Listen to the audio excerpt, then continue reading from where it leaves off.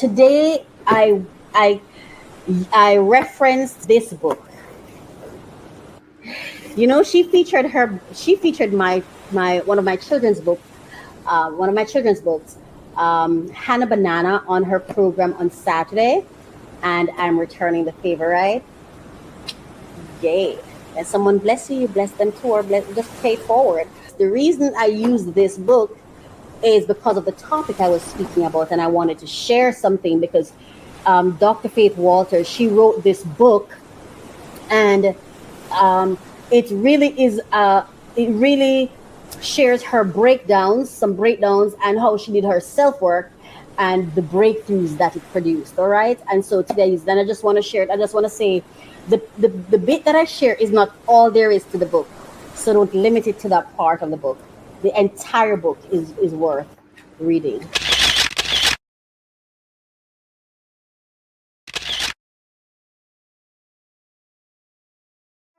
We're now going into our allegedly segment, and before we enter the conversation, before we start talking, I would just want to remind us that, remember that this segment, we look at the breakdowns that other people are experiencing, and we use that to inspire our own self-work, yes, so that we can experience our breakthroughs. So as we go through, please remember, this is not about tearing anyone down.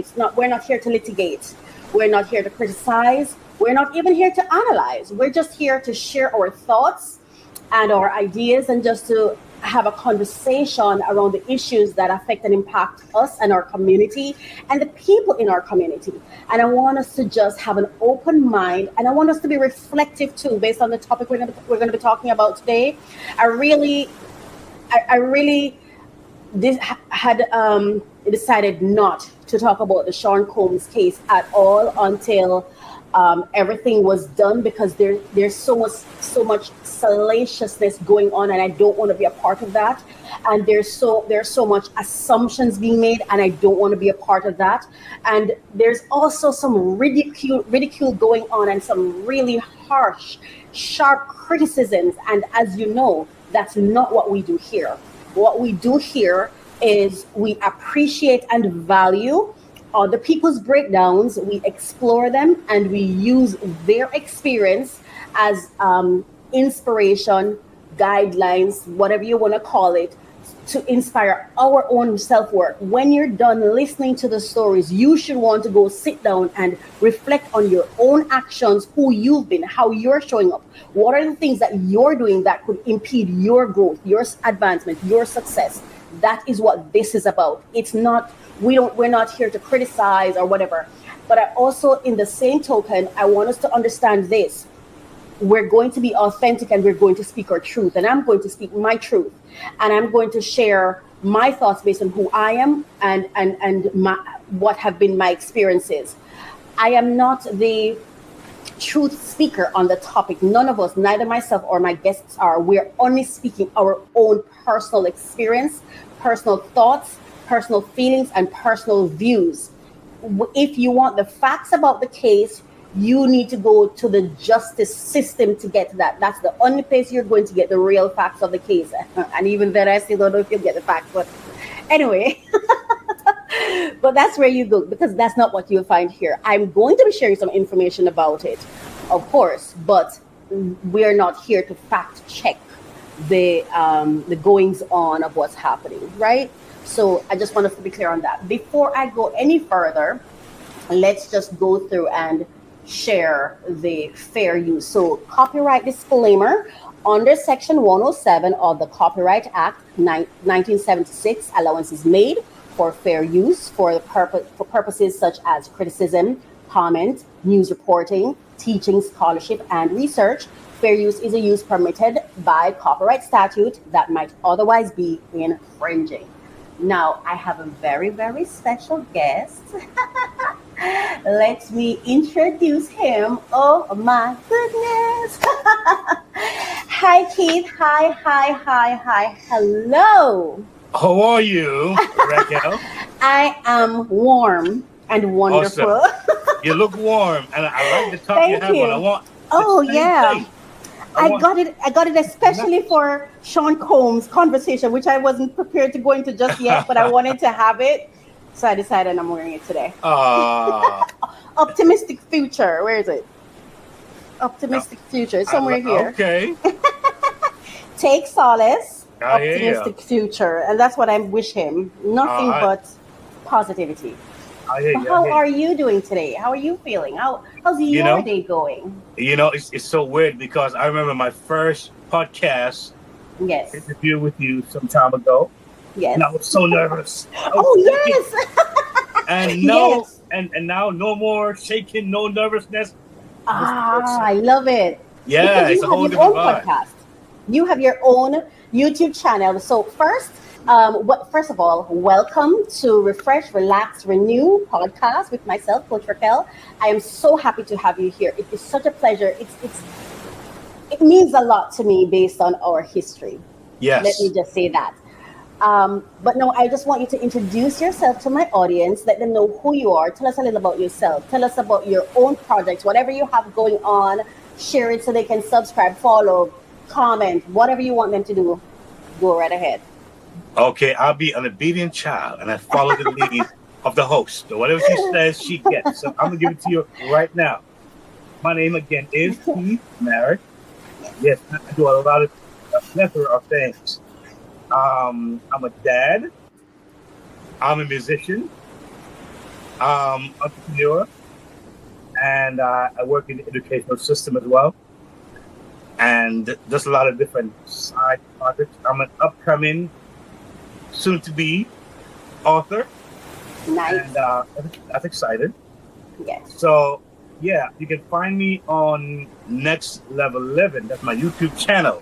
Next Level Living. Nice. And so it's at Keith Merritt. Yes. Next Level Living. Yes, that works. Okay. So please make sure you get that. At Keith Merritt. Yes. Next Level Living. Okay. That sounds good. Yes, thank you. Awesome. So I'm just excited to be here on this great podcast with Coach Racquel. And looking back when we worked together some years ago, yes, the thing that I liked about her vision, what he does, and he continues to do, is how can I impact someone? And I always hear this term, breakdown that leads to breakthrough. Absolutely. Right? And that's a major factor. I think that we all should be open to and understand that sometimes, though painful, those breakdowns may be. Yes. At the end of the day, it does bring breakthroughs that are sometimes so much more valuable. Absolutely. And we can in return impact others more effectively. Know that we've gone through that process. But yes, I'm definitely happy to be here. And let the program roll. I'm here to share and spar with my amazing. I like that word, sparring. Amazing. That's exactly what we're doing. I like that word. Host. Just before we go into the topic, I just wanted to give a little background on you as a person. Well, clearly, what I'm about to say, it's so funny, but it's so real at the same time. Whereas I'm assuming, or based on my knowledge of you, you identify as male, correct? That's correct. Awesome. So you're a Black man living in America. You migrated to America, and you've been living the Black male American experience for how many years? Over close to 40 years now. Almost 4 decades, right? Yeah. Awesome. So you have had some experiences with being quote unquote Black in America, so to speak. Awesome. Because that is I think that's poignant to the conversation we're going to be having. All right. Yes. So thank you so much for introducing yourself. Thank you so much for being on the program. It is such a pleasure to have you. And we're going to go into the conversation.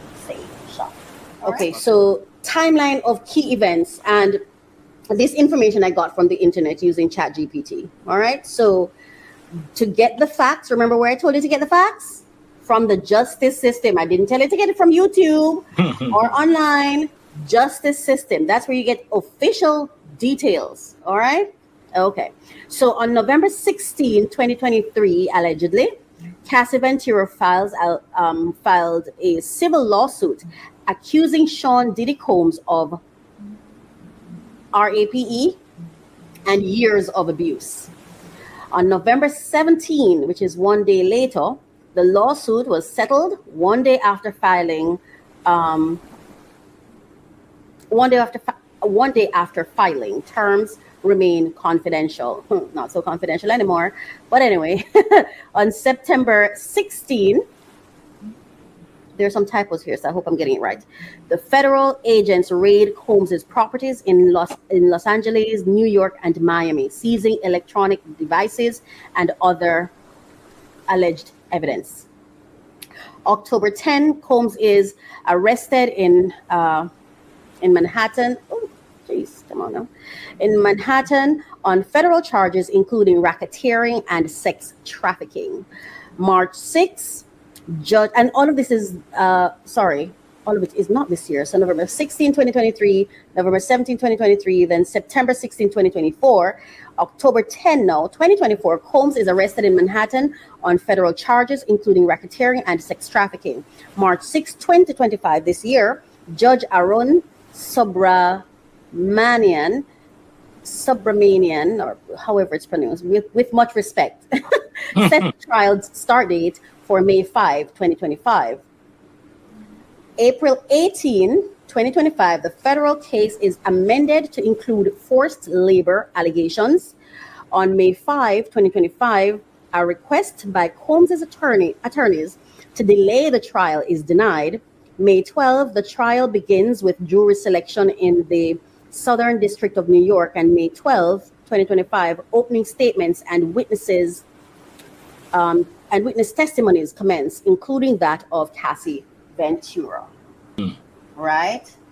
No. So that's the timeline, right? Now let's go to. All right. So what are the charges? According to NBC News, these are the charges. Combs faces 5 criminal counts. 1 count of racketeering conspiracy, which carries a maximum sentence of life in prison. 2 counts of sex trafficking by force, fraud, or coercion, which carries a maximum sentence of life in prison and a mandatory minimum sentence of 15 years in prison. And 2 counts transportation to engage in prostitution, which carries a maximum sentence of 10 years in prison. This is the first time I'm reading the consequences, as in prison.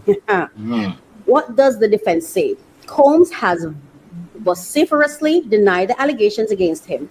In a statement in April, Combs' legal team described his accusers as former long-term girlfriends who were involved in consensual relationships. This was their private sex life, defined by consent, not coercion. Who are the accusers? The federal case revolves around 4 alleged victims, identified in the indictment as Victim 1, Victim 2, Victim 3, and Victim 4. They are all expected to testify during the trial. And if you've been keeping up with what has been going on, then you'd be aware that the trial has begun. We are in May. We are in May, right? Yep. We are in May, right? Ending of May. Right. So the trial has started, right? And why am I, look at his kids. Why am I having this conversation today when I had really told myself that I wasn't going to have the conversation yet. I was waiting until everything was finalized. That was what I was waiting for that to happen, and then I'd have the conversation. However, I've become so overwhelmed with what's happening, and I feel like I should say something. I should have a conversation. especially this morning, I started watching this clip from Women of Impact. And Keith, I'm telling you, the thing rocked me. It really, really rocked me. It shook me. And I thought to myself, and it's funny because it hits even more after reading the consequences. Those were 2 life sentences, 115 to life and 110 to life, if I'm correct, that I just shared, right? Right. Yes, correct. These are not some petty consequences we're talking about. This is somebody's life. This is the life of a family. These are people who, outside of the public spectacle, they are human beings, literal human beings, you know. And I feel sometimes like, are we in full awareness of our actions and the way we treat each other and the way we relate to things? Because you see, even with the media is this quick thing. It's this microwave thing where you bring up a story, you run with it, you create these headlines and you run with it, and these headlines have impact, right? They have impact because before this happened to him, it was a lot of talk on media. And I think one of the things that really has shaken me from this whole thing is, I don't know, I just felt so uneasy that when his home was raided, there was a full media turnout. Freaked me out because I feel like, isn't this supposed to be something private that's happening that the media can hear about and then run and say, oh my God, something's happening, let's go. You know what I mean? Like, I would like to think I shudder to think that the future of justice is alert the media when you're about to arrest somebody, search somebody. I thought it was innocent until proven guilty. If it is innocent until proven guilty, aren't these people entitled to some degree of privacy? You know what I mean? So with all of those things in mind, it's why I wanted to have the conversation. So Keith, I don't know if there's anything you want to share on your thoughts on the issue so far before I start like asking questions back and forth. Is there anything you want to just say in general? Yeah. I mean, I've been watching the case for a little while now. I've been observing some things. Of course, very sensational in many aspects, you know, attention grabber. But what I found out about right here in the States. Could you repeat that again for me? Mistakes? Sorry? What you just said about mistakes, could you repeat it for me, please? I said life here in the States. Right. Fine, here in the U.S. A big part of what they look for is something called ratings. Right. We need ratings. Ratings, yes. Yes. And everything is money driven, which is really sad. Capitalist society, yes. So if it's not, so everything else, it trumps everything else. So your privacy and whatever is not that important at this point. How can we get ratings here? Yes. And it seemed like the ratings that life is dependent on. Will the next show will go on next season? Will we on next season? Will I have my job next season? Depending on how ratings we do, how the ratings are this season. Right. To be short, as I'm watching the case and seeing people respond here and there, I realized that there is so much to consider. Yes. When you are considered, honestly, a minority. There's a lot to consider, and what makes the case interesting is that when people who are known to have been in the right, did the right thing, and said the right thing, went through so much backlash. Imagine the ones who are already deemed are tried in public already before the case begins. Right, and it hasn't. What shot do you have? Right? No. Of a fair trial. Yeah. So it's really crazy. I think the thing that makes the thing so interesting is when you have video recordings, you know, of anything. I think many lives have been spared by the cops or from the cops who had a video running. Somebody was told me saying, "I'm watching you, second eye or third eye." And so you might have been leaving it. You might have stopped some things from. I would say going to the next level of possibly one losing their life. Yes. But I think that is what's so interesting about the entire thing is it's almost like everything is magnified 100 times. I believe it's magnified more than what I think it is. Yes. It's pretty scary. It is. For many years, Racquel, there are things that people would hint or say. Yes. It would seem like conspiracy. Yes. But the thing that I also want to emphasize here is that women in our culture for too long have been victimized. Fair. I mean, women are known to be the ones who got to prove so much to make sure that she's okay, that she's not the victim.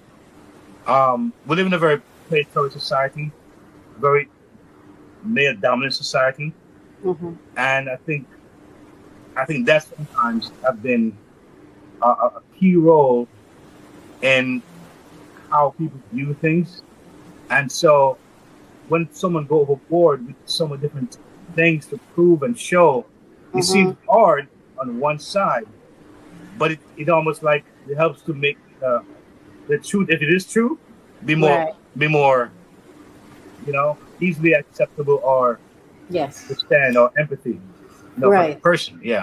Right.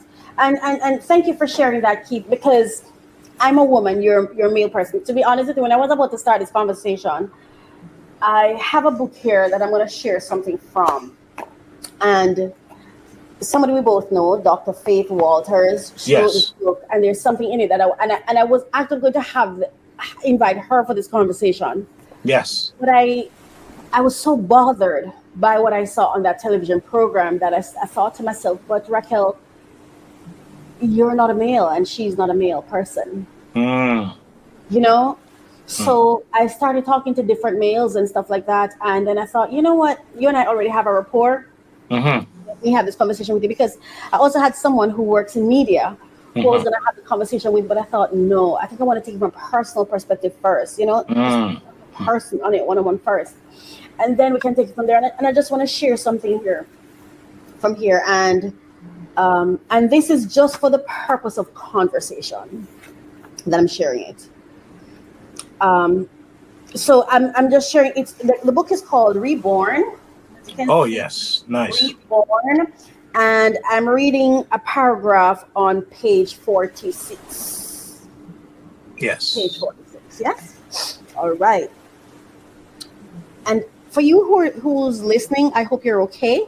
And feel free if you feel triggered, if you feel uncomfortable, if you're not emotionally well or strong enough for this conversation, feel free to change what you're watching. Go to something else. It's okay. It's okay. Prioritize yourself and your perspective, your interpretation, your POV, your paradigm. Prioritize yourself. So feel free to remove yourself. What I'm about to share is going to be very graphic as well, violent, some may say, but let's just remember that this is her story that she shared. And remember what it's called? Reborn. Suggesting change, growth, advancement. Yes, overcoming. Right? In the meantime, the Bible beating became so severe that one morning, while lying in the bed, I jumped up, went to the kitchen, and returned with a knife to take his life. I straddled him as if he was a horse. I threatened him by saying, "My father knows the Bible from Genesis to Revelation, and my mother is a crazy woman." But I never heard him use the Bible on her like what you're doing to me.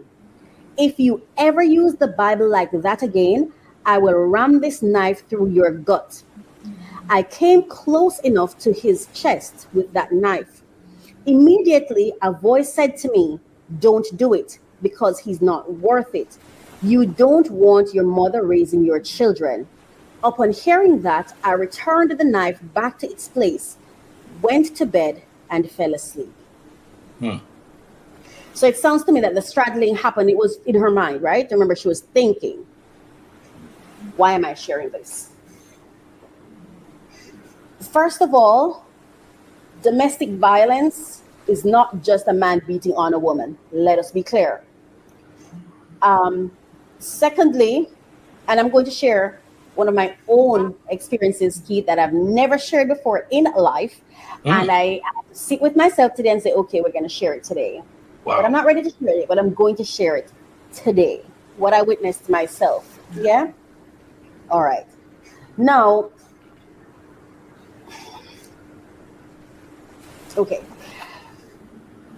Domestic violence, regardless of who is being violent, is unacceptable. We'd agree, right? Now, one of the first questions I want to ask, firstly, let me ask you this first before I go ahead. Have you ever experienced or been party to or been witness to domestic violence happening? Yes. In any relationship? Yeah.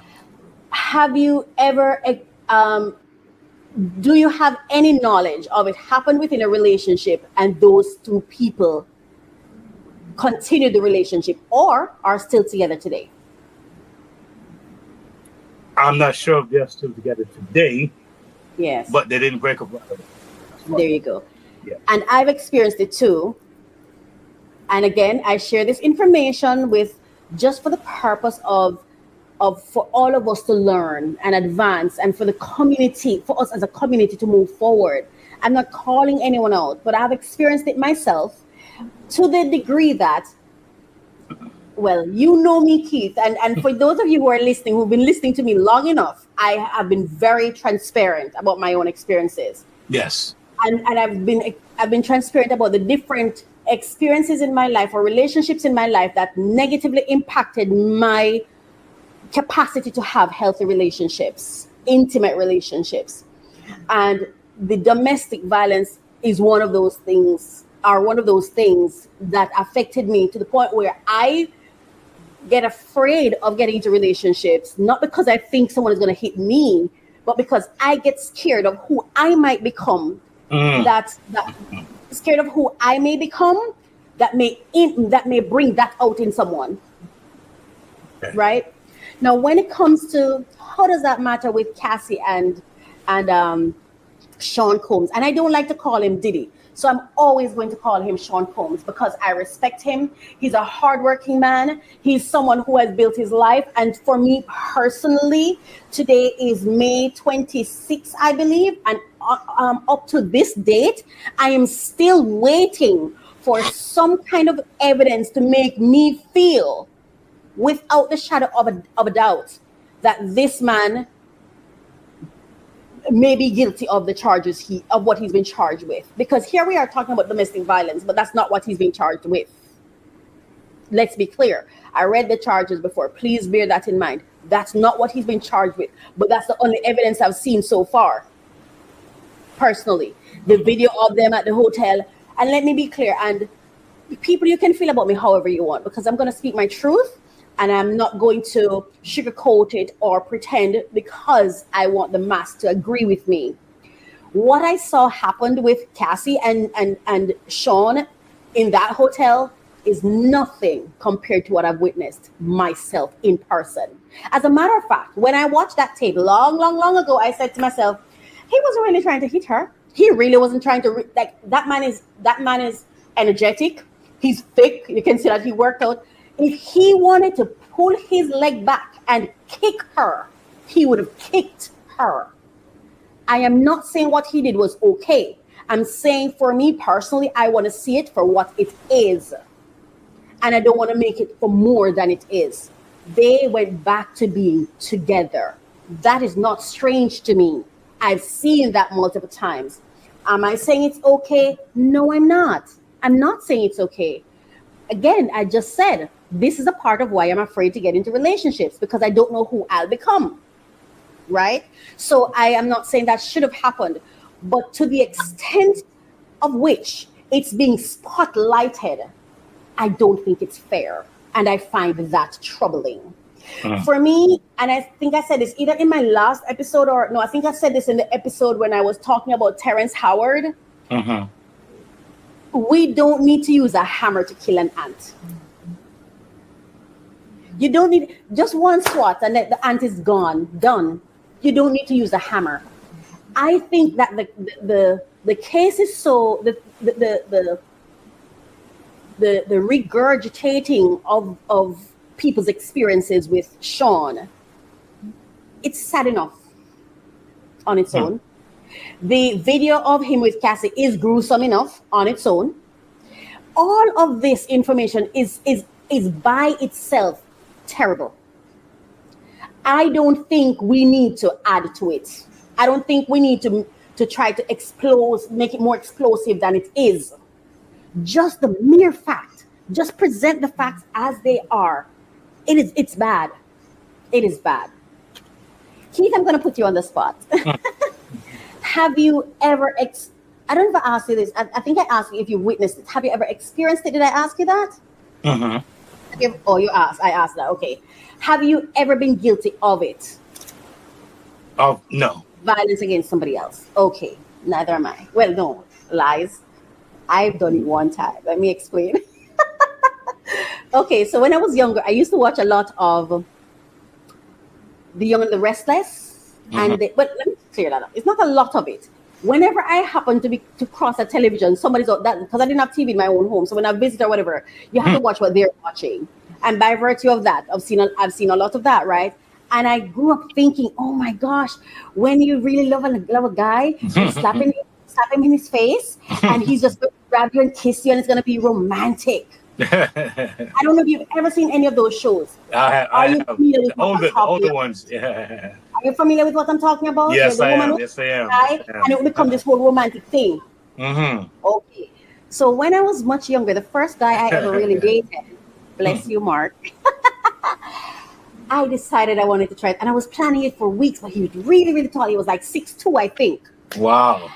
And I'm like 5'5" now, but then I was 5 something. And I remember he came to me and I'm like, oh God, I'm going to do it today. I'm going to do it today. Remember what I had in mind, a romantic experience. Yeah. So I'm like, okay. And I remember I stood looking at him and he's like, looking down at me like, what is it? What's going on? You know? And I'm like, how do I do it? Do I tip on my toes? Whatever. I had to literally go up on my toes to do it. And I remember one slap across his face, Keith. And the way he looked me in my eyes, I mean, dead, like, I think his eyes got a little red and he's like, don't you ever again. He did not need to say anything else.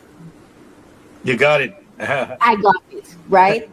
I've also experienced it where I had an experience where the person I was dating, the second person, I say dating now that I understand what it was, because it wasn't really a relationship. And I don't want you to feel badly about this because, you know, we don't agree on how we term it. And I just want to say, I'm not trying to offend anybody, but based on my now understanding of what a relationship is, that was a long-term date. That was a 4-year dating experience, and it was long distance too, you know?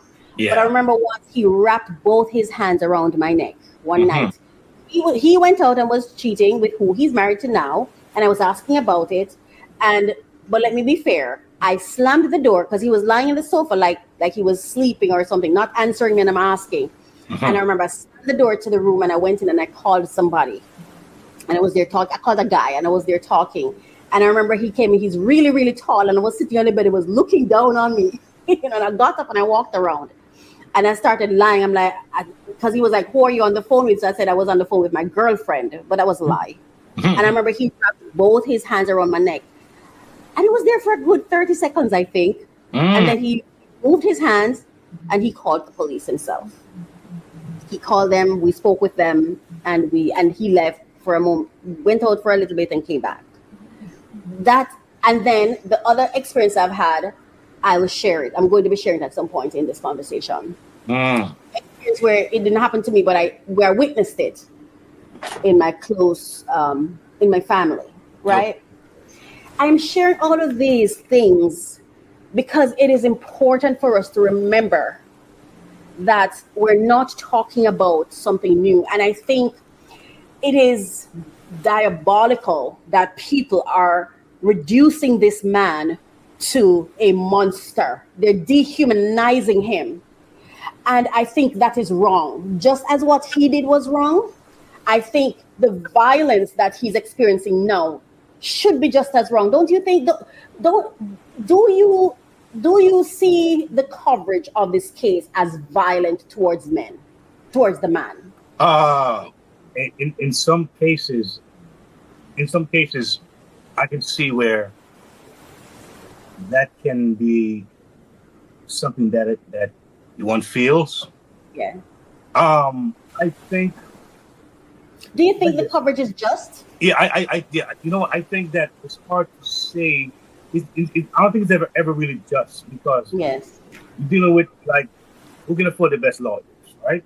So you have someone who may have the means to find the best lawyers.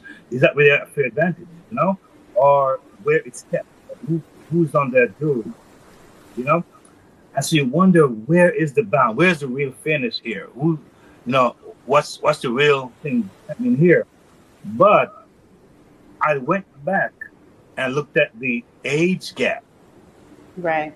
That of itself, foundationally, is a massive thing. Right. So when you have that age difference, you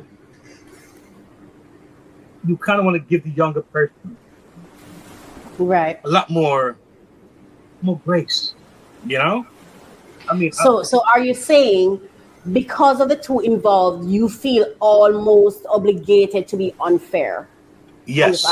Yes, I feel, because thank you for owning that, Keith. Thank you for owning that, because you see, we have to be clear on, we have to see ourselves in it, right? And I believe that we should be fair. However, do we have capacity to be? You know what I mean? And I think what happens is, we talk about fairness and we talk about justice and we talk about these things, but if we can't be fair, if we can't even be fair, because guess what happened, right?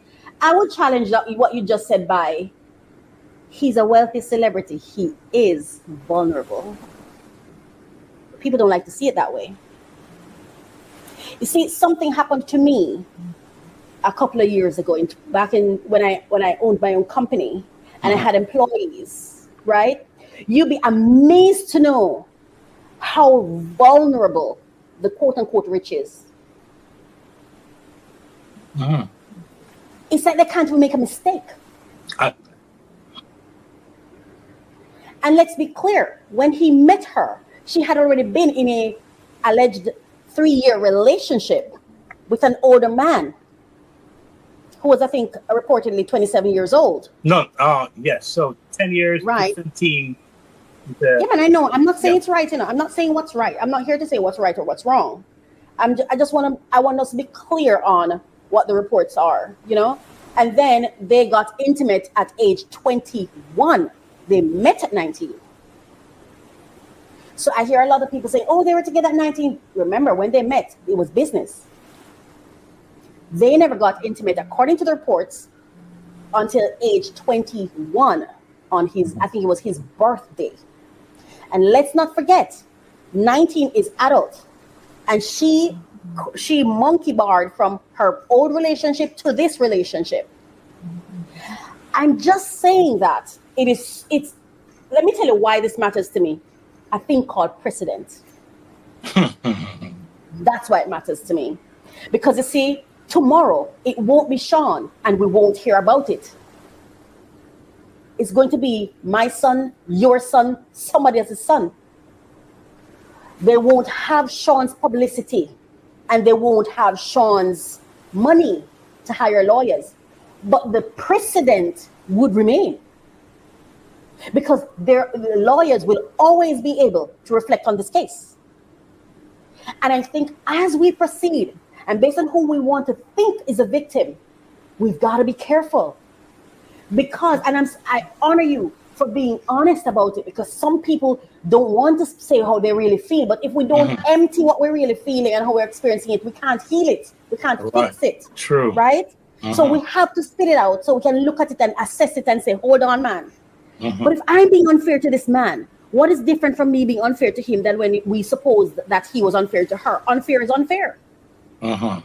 Right? What about his vulnerability as a celebrity? Yeah. You know, if I can As a black man in America. Yeah. And these are things that I look at as well. I think that it's almost like there are people who they're born with this sense of risk taking. They get it. Do you think people are born with it, or people based on how society is set up, people feel to get where they want to get to, especially if they feel like they have a false start, they have to take risks, because I'm one of those risk takers. Oh yes. So not is a bad thing. Yes. But I thought about the fact that before Sean came in the picture, yes, there was a system already in play. Right? It's already laid out. So yes, there's nothing new to the scheme of things. Not. Now, many years ago, I've had a bit of insight on the rich world, which type of world that they live in. They have a different law, different system, a different culture. But at the same time, they're humans like me and you. They feel, their desires, their passions, their fetishes, needs, family, yes, and foes. Just like all of us. Yes. But as I said earlier, to your point, it's magnified more. Yes. In their case. Right. So the world is not fair to begin with. It's not fair, so we stand on an unfair platform, right? Which is kind of scary to begin with. But you think about someone who is in that world. A big part of the rich world is that within their desires, they want us to live of privacy. That's why the most wealthiest people don't care to be in the spotlight. They don't mind being in the background. Not with their private lives anyway, or their private choices. Right. Right. So well, and I feel that way too. Yeah, don't care for the fame and the accolades, because it puts me out there in a very vulnerable situation. Right, because they have business. So, business and all of that. You're right. Because let me tell you how I feel so far about the case, because I don't know how they're going to convince me. Right?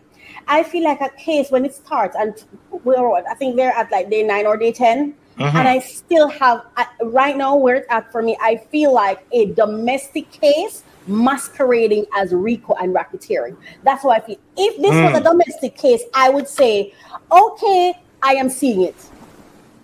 That's not what he's been charged with. And that's not what at the end he would have consequences for.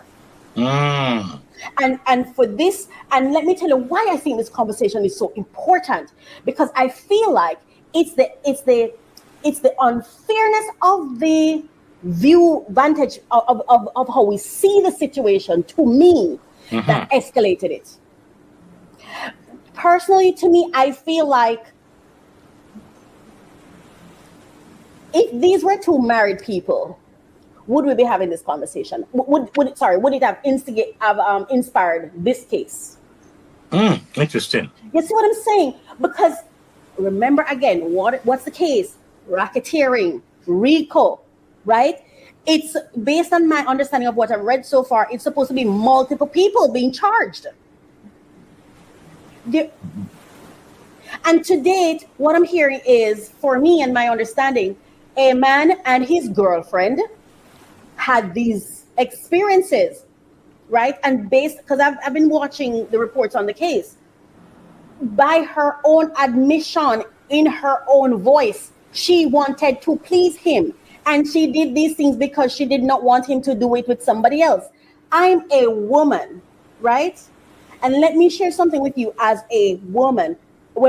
Especially I think when I was much younger. For example, okay, I've never had a relationship. I've had 2 relationships, one that I dated and one that I had before. And I still consider that dating now, looking back at it. It was dating, right? Correct. But there were things I went along with that I didn't want to do, and I wasn't forced. But as I sit back and I looked at it, I could easily have said, you raped me. But he didn't. See? for me, in the case of me, it's not that I didn't want him to go with somebody else. I remember when I broke up from the 4-year relationship. He says it's 7. I remember 4. Right? And please, the kind of relationship we have, I just want to say this. I'm not disrespecting our experience. That's not what I'm seeking to do. Just in case you hear this, I respect and value the time I had with you. That's it. But I remember when it happened, I felt this heartbreak. And I had just relocated to a new place. And I remember I stood in the middle of the empty house. And I bent over and I bawled. I held my tummy and I bawled. And I thought this was my heart breaking. And I heard myself say, who is going to text me now? And I remember I was like, that's it? And I'm like, actually, yeah, that's what I'm concerned about. It wasn't because I wanted to be with a person, but I had an agenda in that relationship. He gave me, there was somebody for me to exchange romantic experiences with through messaging. Like I said, it was long distance because I didn't have a family, but I had something in it to come out and make it seem as if he just did these things to me. That's where I'm having the problem. See, that's where I'm having the problem. Lack of personal accountability. And then this article I just want to share. And we'll soon wrap up because I know, there's a certain time that I gave you. But I'm good. Oh, thank you. I appreciate that. Thank you so much. Empowering the vulnerable, teaching personal accountability to break the cycle of domestic violence. Why I think this conversation is so essential, Keith, is not only are we setting a thing called precedents for court cases, but we're also setting precedents and culture for how women view men and men view women and how women treat men and men treat women. And I feel like first of all, when domestic violence happens, I think both persons are accountable. I don't care who put hands on who. It didn't start there. 2 people participated. And I never understand why the quote unquote abuser always gets all the accountability. Or almost all. They're the ones whose life get destroyed. I'm not saying they're right for doing it, but they didn't do it alone. Even a mad dog need an instigator, right? So, you know what I'm saying? Like nobody, unless it's just somebody who gets up, and even then, that's a sick person. And I never even understand why do we look at an abuser and just, oh, you're healthy and you shouldn't have done it. For me, when I see an abuser and an abusee, I say 2 people being abused. Because something led you to becoming no normal, good, healthy, well-being person hits another person. But they're not seen as a victim themselves. They're a victim of something. Yeah. So why don't they both need help? So this, and I think mistreating it leave women even more vulnerable. Leave the abuser, the abusee, even more vulnerable. Okay. So I'm going to share this article. And it took me a long time to get this because I couldn't find every information that was there. Okay. This person is a victim and that person is a bad person. This person, not that I'm paraphrasing, of course, but that was the perspective, and that was not what I was looking for. Now, it says, domestic violence is a critical issue that impacts millions of people worldwide, regardless of gender, socioeconomic status, or age. It's not just about escaping abusive situations it's impacting me. It's about empowering individuals to take control of their lives and avoid falling back into harmful patterns. Teaching personal accountability is a crucial step in this process. By fostering a sense of responsibility, we help vulnerable individuals recognize their power to make positive changes and reclaim. Sorry, I wanted to fix. Yeah. I didn't even, you see, look at that. Somebody's hitting and the other is the complete victim. One is a complete victim and one is complete monster. That's dangerous, isn't it? I mean, when you really think about it, isn't that dangerous? Yes, I think that's a definitely extreme, man. That's dangerous. And that's how we've been handling it for the most part. That one is a monster, and this one is a victim. Complete monster, complete victim. But I think the point that you made, that I think it's in. I'm going to read soon. Is the fact that you talked about what are the charges opposed to what's being highlighted. So I think that is significant. I think the way it's blurred, at least it's clear that there was some domestic violence, terrible ones, terrible acts, or secret acts, or call it fetishes, whatever you call it. Yeah. But I think the charges is where I hear you're grappling with the idea. Yes. All we present in this case. Yes. And again, it comes from the conversations we've been having. It's people we're influencing, you know. When you say this one is a complete monster, this one's a complete victim, it's real humans that are listening. I love to open new packages. I will be the latest information on top funding opportunities for entrepreneurs who are seeking funding. Come along with me. I'm Coach Racquel, and it is this passion project for me, so I'm so happy to bring this to you. Thank you so much for listening. Thank you for watching.